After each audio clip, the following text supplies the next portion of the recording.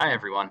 Today we will be talking about medieval Europe and more specifically, what were the conditions that led to the system of feudalism that we'll be discussing in the next few days here, and how we get to feudalism from the end of the Roman Empire, from its fall all the way up through this time period with knights and castles and all those kinds of things that you associate with medieval Europe. So, Middle Ages, it's characterized by three separate time periods. You have the early Middle Ages, which lasts from the end of the Roman Empire up through about 1000 CE.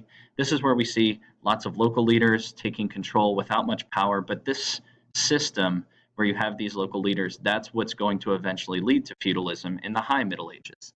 We see feudalism being used on a large scale. We also see an enormous rise in the power of the Roman Catholic Church.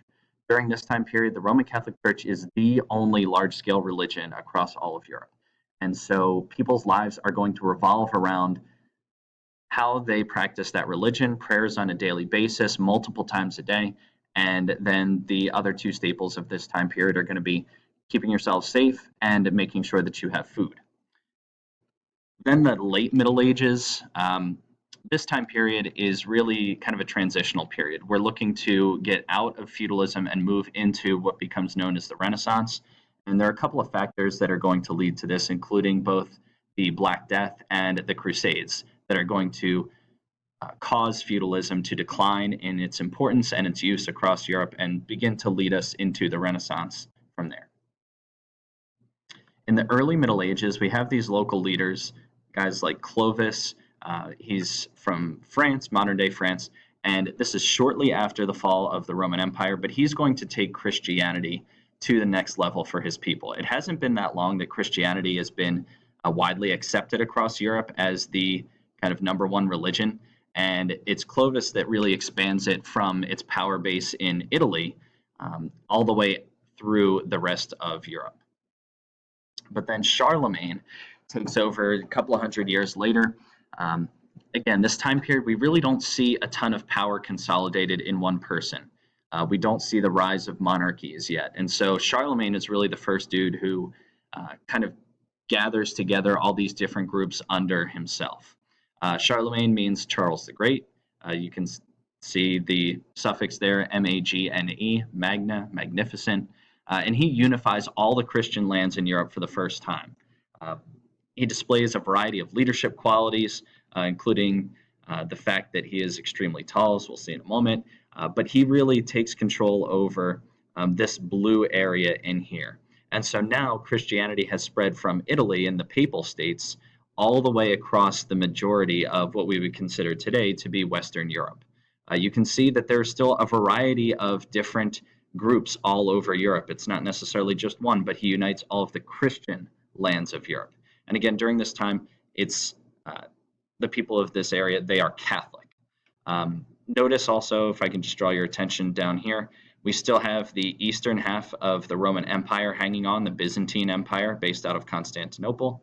And then we have over here the rise of Islam. And so the Muslim Empire and empires have expanded in through northern Africa here and up into Spain. Charlemagne has support in three main areas. The first one is politically, politically meaning governmental. He treats these local leaders that we mentioned with respect. He gives titles to those who take over areas for him. He rewards the men that fight for him. And so we see a lot of similarities between him and some of these other leaders that we've discussed, like Alexander the Great, like Achilles, Alexander's hero. He also has support militarily.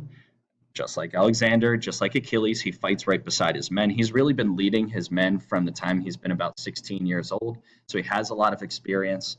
We'll see he rules for an incredibly long amount of time. He rules for longer than most people live during this time period, and so he's able to gain that support over the course of a long period of time.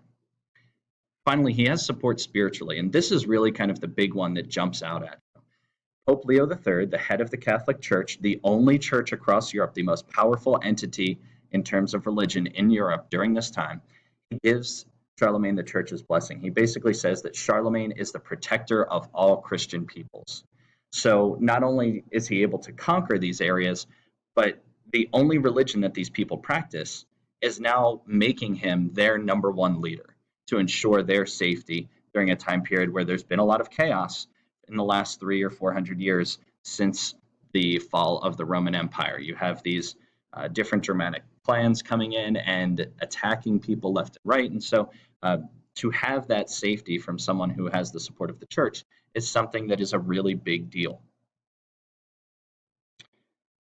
As we know, though, once you have these really strong leaders who die, everything starts to crumble. It starts to fall apart. It leads to chaos and confusion among the local leaders. There are power grabs. We have this power vacuum once again, and so these local leaders are trying to step in and fill it up. Nobody, though, is strong enough to reunite the entire empire, and so these smaller areas are going to be ruled by these local leaders for the next couple hundred years, and that's what's really going to lead to the system of feudalism. During this time, you have barbaric tribes coming in. It's important to note that barbaric during this time period, it means uncivilized. The word itself, we think of the word today, uncouth or uncivilized. But during this time period, it really means not Christian. The idea that these people believe that, well, if you weren't Christian, you obviously were not a civilized group. And so that's why they get this term, this label, barbaric tribes. But really, a lot of these tribes are very advanced. They're very spiritual. Their beliefs tended to be more pagan, meaning that it was more falling in line with trying to explain things in nature, explain the things around them. One of these groups, these are the Muslims. During this time period, you're talking about 750 or so. The Islamic Empire has been expanding since the death of Muhammad, right around 632 CE. It expands very, very rapidly across the Middle East, across North Africa, and now, as we saw on the map, into Europe, into southern Spain, and in through Spain.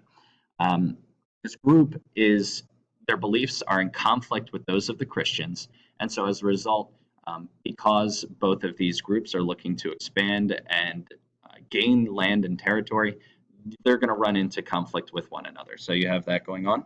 You also have a group called the Magyars. These guys are from the Far East initially, India, Pakistan. But what's happening is the Huns, based out of the steppe region in Asia, are pushing the Magyars further and further east, further and further to the west into Europe. The Huns are more powerful than the Magyars are, and so the Magyars are first forced to move as the Huns expand their territory. And these guys are especially known for their combat on horseback, which is something that we see throughout history in that region, the Asian steppe region, including the Mongolians that we spoke earlier about. Even today, there are more horses in Mongolia than there are people, so it's something that's been a part of that culture in that region for a very, very long period of time. Finally, we have the Vikings. Vikings based out of Denmark and Norway especially. They would show extreme brutality in a lot of ways. The Vikings aren't necessarily concerned with conquering areas and taking over lands. It's more of a snatch and grab type of thing. Again, it's important to note that the Vikings, that's actually a job title. These people who are raiders would go in and rob and pillage.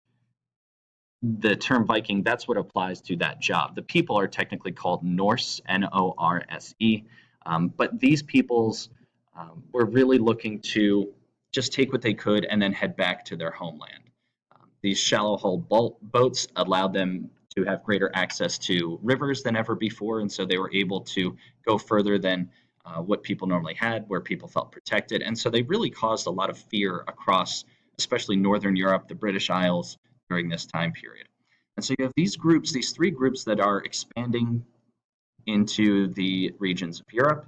You have a lot of chaos. There's nobody who's strong enough to take over. And eventually that's where we see a system develop to try and make sure that people could have safety during that time period. And that's this idea of feudalism. People needed to band together. It's a safety in numbers approach. You still had these kings, but again, they controlled a much smaller area, and really the kings themselves aren't the ones who are running the land on a day-to-day basis, as we'll see tomorrow. It's more so the lords that would have the day-to-day control. The idea is that the king would provide protection for anyone living on his land, and that the people would then provide the other necessities of life to ensure that everybody was able to survive. In terms of the purpose of it, it's to organize society and to protect all of the members of that society. The Roman Empire has collapsed, and so there's really nothing in place to make sure that people would survive in larger groups. the Roman Empire took care of everything. It had a systemic um, usage of coins that you could use all across the Roman Empire. It had a particular language, the language of Latin, that would be used and understood everywhere. There was an element of protection. The Roman legions, if you were traveling across the Roman Empire, you were permitted safe passage no matter where you went. All that has now gone away. And it's been 300 years since it's been there, 500 years since it's been there. And on top of that, you have these other tribes, these other groups that are expanding their power bases in Europe. And so people start to look inward. They say, how can we protect ourselves?